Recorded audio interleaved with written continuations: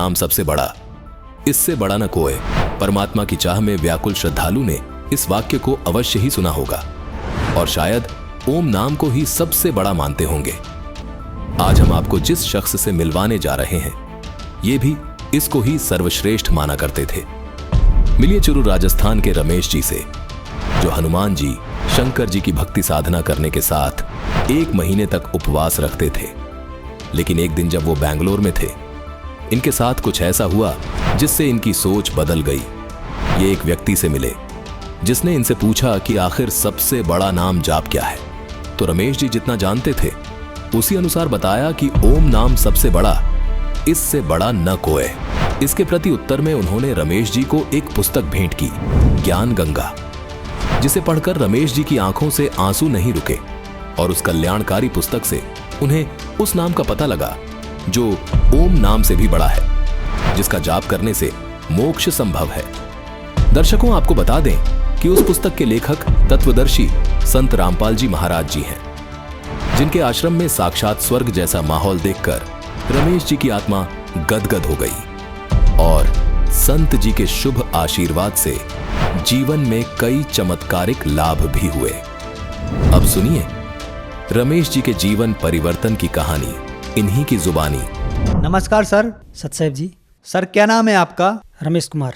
Sir कहाँ के रहने वाले हैं आप? सर गांव भोजरा सर, तहसील सरदार सर, जिला चूरू, राजस्थान का निवासी हूँ जी। सर संत रामपाल जी महाराज से नाम दीक्षा लेने से पहले क्या आप कोई भक्ति साधना भी करते थे? सर संत रामपाल जी महाराज जी की शरण में आने से पहले सारी जो देव देवताओं की भक्ति होती सभी करते थे, जैसे हनुमान जी की पूजा करना, कृष्ण जी की भक्ति करना। पहले मैं छोटा था तो हनुमान जी की भक्ति करता था। उसके बाद मेरे एरिया के अंदर एक संत भोले बाबा करके हैं, वो कथा करने आए थे, तो उन्होंने कथा किया था, वो भागवत की कथा करते थे। उससे पहले मैं हनुमान जी की भक्ति करता था। तो बचपन से कसक थी, परमात्मा पाने की चाह थी। तो बचपन से ऐसा लगता था कि परमात्मा कोई और है, ये परमात्मा नहीं है, जड़ रूपी परमात्मा है, उसकी भक्ति करनी चाहिए। तो भोले बाबा ने ये बताया कि ये कृष्ण भगवान है, ये पूर्ण परमात्मा है और भागवत की कथा ये सबसे बड़ी कथा है, इससे बड़ा कोई ग्रंथ नहीं है।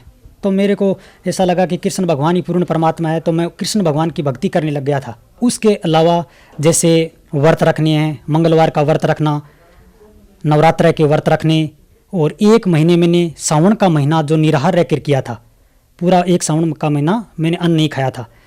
और 6 महीने ये दास नंगे पाँव भी घुमा था। इसके अलावा निर्जला एकादशी जो बिना पानी के की जाती है, वो भी दास ने कई निर्जला एकादशी के व्रत भी किए हैं। सर जैसा कि आपने बताया आप इतनी सारी पूजाएं करते थे, कृष्ण जी की भक्ति करते थे, शिव जी की भक्ति करते थे तथा 1 महीने तक उपवास भी रखा, तो सर इतनी सारी भक्ति करने के बावजूद भी आपने संत रामपाल जी महाराज से नाम उपदेश क्यों लिया? सर प्रथम तो संत रामपाल जी महाराज जी का ज्ञान बहुत अच्छा लगा, उनकी पुस्तक मैंने पढ़ी, वो बहुत अच्छा लगा। दूसरी, जैसे मेरे शरीर में इतनी व्रत और साधनाएं करने की वजह से शरीर भी कमज़ोर हो गया था और पेट में भी तकलीफें रहने लगी थी और घर में भी बहुत टेंशन रहती थी, जैसे मतलब लड़ाई झगड़े करना घर में, और मेरे को गुस्सा भी बहुत आता था। लेकिन संत रामपाल जी महाराज की शरण में आने के बाद वो सब परमात्मा की दया हुई, सब नॉर्मल हो गए। सर आप संत रामपाल जी महाराज की शरण में कैसे आए? सर संत रामपाल जी महाराज जी की शरण में ऐसे आया कि मैं उस टाइम बेंगलोर में रहता था और मैं बेंगलोर से गांव आया, तो गांव में गौशाला बनी हुई है। भगवान की चाह होने के कारण मैं गौशाला में गया, तो गौशाला में एक भगत जी रहते थे। उन्होंने मुझसे नंगे पाँव देखकर कहा कि आप नंगे पाँव क्यों चल रहे हो? तो मैंने कहा कि भाई ऐसे चल रहा हूँ। तो बोले नहीं बताओ कैसे चल रहे हो? मैं बोला नहीं ऐसे चल रहा हूँ। तो बोले चलो ठीक है, आप मेरे को बताओ कि सबसे बड़ा नाम क्या है? तो मैंने कहा भाई उससे पहले यही सुना था कि ओम नाम सबसे बड़ा, इससे बड़ा ना कोई, जो इसका सुमरन करे वो शुद्ध आत्मा होए। तो मैंने कहा ओम नाम सबसे बड़ा है। उसने कहा नहीं। तो मैंने कहा राम नाम सबसे बड़ा होगा। उसने कहा नहीं। तो मैंने कहा ओम नमो भगवते वासुदेवाय ये नाम सबसे बड़ा होगा। उसने कहा नहीं। तो मैंने कहा ओम नमो भगवते वासुदेवाय, श्री कृष्ण गोविंद हरे मुरारी हे नाथ नारायण वासुदेवाय, ये तो जरूर बड़ा होगा। तो उसने कहा नहीं। तो मैंने कहा भाई आप ही बता दो मुझे क्या नाम बड़ा है, मैं नहीं जानता। तो उसने मुझे संत रामपाल जी महाराज की लिखित ज्ञान गंगा पुस्तक दी। तो जब वो पुस्तक दी तो मेरे मन में ऐसे अभिमान आया, अहंकार आया कि मैं गीता जी का पाठ भी करता हूँ, सुंदरकांड के पाठ भी मैंने किए हैं और भागवत का पाठ भी मैं घर पे करने लग गया था और रामायण का पाठ भी मैं करता हूँ और भी अन्य सारी साधनाएं मैं करता हूँ। इस पुस्तक के अंदर ऐसा फिर क्या है? जब मैंने उस पुस्तक को पूरा पढ़ा तो मैं, आप सच नहीं मानेंगे, रोने लग गया बैठ के कि हे परमात्मा, मुझे तो पता ही नहीं था कि परमात्मा कौन है। ये पुस्तक तो एक बहुत बड़ा अनमोल ग्रंथ है जिसके अंदर चारों वेद, पवित्र गीता जी, कुरान शरीफ, बाइबल, सारे ग्रंथों का समावेश है। ये तो बहुत बड़ा ग्रंथ है एक, और मैंने इसका अपमान किया। हे परमात्मा, मुझे क्षमा करना, और परमात्मा आप अपनी शरण में मुझे लो। तो उसके बाद मैं थोड़े दिन के बाद बरवाला आश्रम गया। बरवाला आश्रम जाने के बाद जब मैंने वहाँ की स्थिति देखी, वहाँ का माहौल देखा, तो मेरी आत्मा गदगद हो गई कि सब अपनी अपनी मस्ती में मस्त है, कोई किसी से लड़ाई झगड़ा नहीं करता है, सब प्रेम से बैठे हैं, सब भंडारा कर रहे हैं, कोई अपनी माला कर रहा है, कोई आरती कर रहा है। तो मुझे वो माहौल बहुत अच्छा लगा कि ये तो यहाँ तो जैसे उससे पहले स्वर्ग ही सुना था, सतलोक का तो संत रामपाल जी महाराज की शरण में जाने के बाद ज्ञान हुआ है कि भाई यहाँ तो साक्षात स्वर्ग है। दूसरे दिन सारा माहौल देख के संत रामपाल जी महाराज जी के आश्रम में 22 अक्टूबर 2011 को दीक्षा ग्रहण की। सर, संत रामपाल जी महाराज की शरण में आने के बाद क्या आपको कोई लाभ प्राप्त हुए? संत रामपाल जी महाराज जी की शरण में आने के बाद प्रथम तो जी मैंने एक बार गुरुजियों से नाम लेने के बाद थोड़े दिन के बाद मैंने एक प्रार्थना लगाई कि गुरुजी, दास की एक प्रार्थना है। तो गुरुजी ने कहा, बेटा तेरी प्रार्थना हो गई। तो मैंने सोचा ऐसे कैसे प्रार्थना होगी? गुरुजी ने कुछ पूछा ही नहीं, तेरी प्रार्थना हो गई। लेकिन मुझे इतना ज्ञान नहीं था कि संत के शब्द में शक्ति होती है, संत तो अंतर्यामी होते हैं। तो मैं घर आ गया। थोड़े दिनों के बाद मेरा वो काम सिद्ध हो गया। थोड़े दिन के बाद फिर मेरे को एक गुरुजियों से नाम लेने से पहले एक लड़का हुआ था। वो लड़का बचपन से जब पैदा हुआ, उस थोड़े दिन के बाद इतना बीमार रहने लग गया था कि उसको कभी जयपुर, कभी बीकानेर, कभी जयपुर, कभी बीकानेर, कभी 10 दिन घर में, 5 दिन हॉस्पिटल में, 5 दिन हॉस्पिटल में, 10 दिन घर में, ऐसे मतलब वो रहने लग गया था। बहुत ही बीमार वो रहता था। तो फिर मैं उससे परेशान होकर, और बीकानेर में जो अपना कोठारी हॉस्पिटल है, डॉक्टर गौरव गोम्बर, उसको भी दिखाया था। उसका भी ट्रीटमेंट चला था। डॉक्टरों को कुछ भी समझ में नहीं आता था। वो लोग दवा दे देते थे और हम लोग घर आ जाते थे। 2-4 जांच करवा देते थे, ये जांच करो, और हम लोग घर आ जाते थे। लेकिन उसको कुछ भी फ़ायदा नहीं हुआ। एक दिन मैंने सोचा, हे परमात्मा, मैं जब वहाँ हॉस्पिटल जाता हूँ, इससे तो अच्छा है कि मैं आपकी शरण में आऊँ। वहाँ मेरा टाइम वेस्ट होता है, मेरा पैसा खर्च होता है। इसलिए मैंने ये सोच के दवाइयाँ बंद कर दी। और जब से दवाइयाँ बंद की तब से आज 4-5 साल हो गए। मालिक की दया है, वो बच्चा एकदम स्वस्थ है। मैंने कभी भी उसको बीकानेर या जयपुर कोई हॉस्पिटल में नहीं लेके गया हूँ। उसके बाद मेरे को दूसरा लड़का हुआ। दूसरा लड़का हुआ तो पहले लड़के का नाम हमने सतगुरुदेव जी से पूछा था। तो सतगुरुदेव जी ने पहले लड़के का नाम नीरज बताया।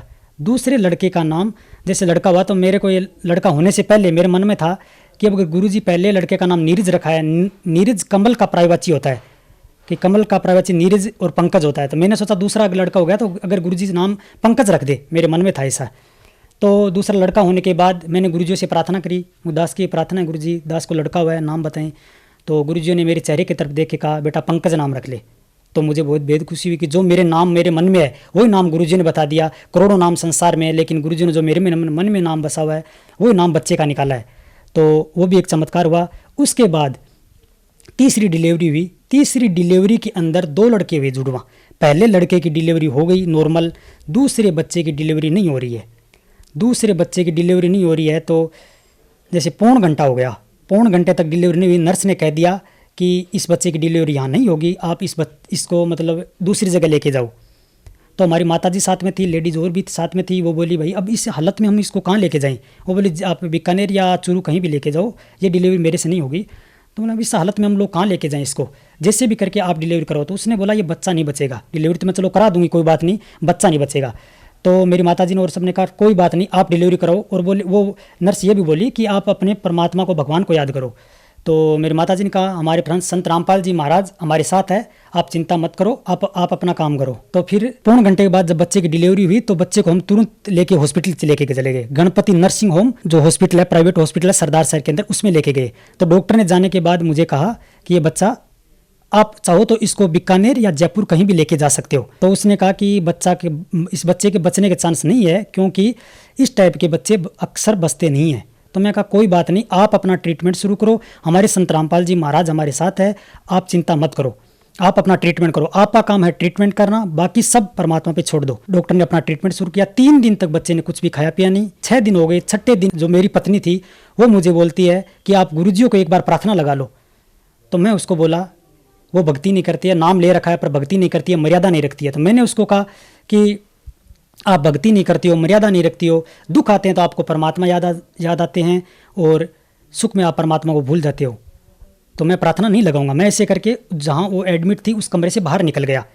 तो थोड़ी देर के बाद फिर वापस गया तो उसने फिर मुझसे प्रार्थना की कि आप एक बार, मेरी प्रार्थना है आपसे, आप गुरुजी को प्रार्थना लगा दो, बस मेरा मन खुश हो जाएगा। मैं चलो ठीक है, संत रामपाल जी महाराज तो दया के सागर हैं, उनको मैं प्रार्थना लगा लूँगा, कोई बात नहीं, लेकिन फिर भी आप भक्ति नहीं करते हो, मर्यादा नहीं रखते हो।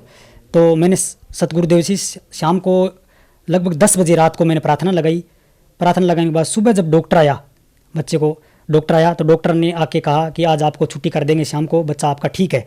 वो परमात्मा की दया थी। परमात्मा को शाम को प्रार्थना लगाते ही दूसरे दिन बच्चा, मतलब डॉक्टर ने छुट्टी दे दी, हम लोग घर पे आ गए। और डॉक्टर ने यह भी कहा था कि बच्चा अगर ये बच भी गया तो इस बच्चे में कोई न कोई डिफेक्ट रहेगा, ये बच्चा पूरी तरह से तंदुरुस्त नहीं हो पाएगा। वो बच्चा आज, वो 4 लड़के हैं, चारों लड़कों में सबसे ज़्यादा एक्टिव है वो बच्चा। संत रामपाल जी महाराज की शरण में आने से पहले मुझे बहुत गुस्सा आता था और गुस्से के कारण घर में झगड़ा रहता था। हमेशा इस टेंशन में रहता था मैं कि कैसे मेरा ये मनुष्य, मतलब कैसे ये जीवन मेरा सफल होगा, कैसे हम जिएंगे, इस तरह से गुस्सा आएगा। अपना जीवन, गृहस्थ जीवन तो बहुत लंबा अभी तो स्टार्ट हुआ है। संत रामपाल जी महाराज की शरण में आने के बाद मुझे वो गुस्सा नहीं आता है, मेरे घर में शांति रहती है। एक बार मेरी मम्मी घर में जाला साफ कर रही थी, सफाई कर रही थी, तो मम्मी वहाँ से नीचे गिर गई। नीचे गिरने के बाद मम्मी को इतनी ज़बरदस्त चोट आई कि मम्मी ने ये सोचा कि लगता है मेरी हड्डी फ्रैक्चर हो गई है। तो डॉक्टर को दिखाया, संत रामपाल जी महाराज की दया हुई, कुछ भी नहीं हुआ, नॉर्मल। उसको थोड़ा सा 4-5 दिन की टैबलेट दी और मम्मी ठीक हो गई। सर, जो दर्शक आज आपको देख रहे हैं, आप उन्हें क्या संदेश देना चाहते हैं? जो दर्शक देख रहे हैं उनसे मेरी यही प्रार्थना है, रिक्वेस्ट है कि आप संत रामपाल जी महाराज जी का सत्संग प्रतिदिन जो विभिन्न टीवी चैनलों के ऊपर चलता है सुने और उनकी लिखित पुस्तकों को पढ़ें, पढ़कर उनके दिए हुए आध्यात्मिक ज्ञान को समझें। संत रामपाल जी महाराज शास्त्रों के अनुसार भक्ति बता रहे हैं और उनके दी हुई भक्ति आप करें, उसी से मोक्ष संभव है। जैसे आपके घर में भी किसी भी तरह की बाधाएं हैं, शरीर में जैसे कोई रोग है, वो भी परमात्मा की दया से, संत रामपाल जी महाराज की दी हुई भक्ति से वो भी ठीक होते हैं और घर की भी कलह समाप्त होती है। सर, जो संत रामपाल जी महाराज से नाम दीक्षा लेना चाहते हैं, वो संत रामपाल जी महाराज से कैसे नाम दीक्षा ले सकते हैं? सर, संत रामपाल जी महाराज के विभिन्न टीवी चैनलों के ऊपर सत्संग आते हैं, उस सत्संग को आप सुने। सत्संग के अंदर नीचे पट्टी चलती है, पट्टी के ऊपर नंबर आते हैं, नंबरों पे कॉल करने के बाद आपके नज़दीकी नामदान केंद्र के नंबर दे दिए जाएंगे, वहां पर जाकर आप नाम दीक्षा ले सकते हैं और अपना कल्याण करवा सकते हैं। धन्यवाद सर। सत साहिब जी।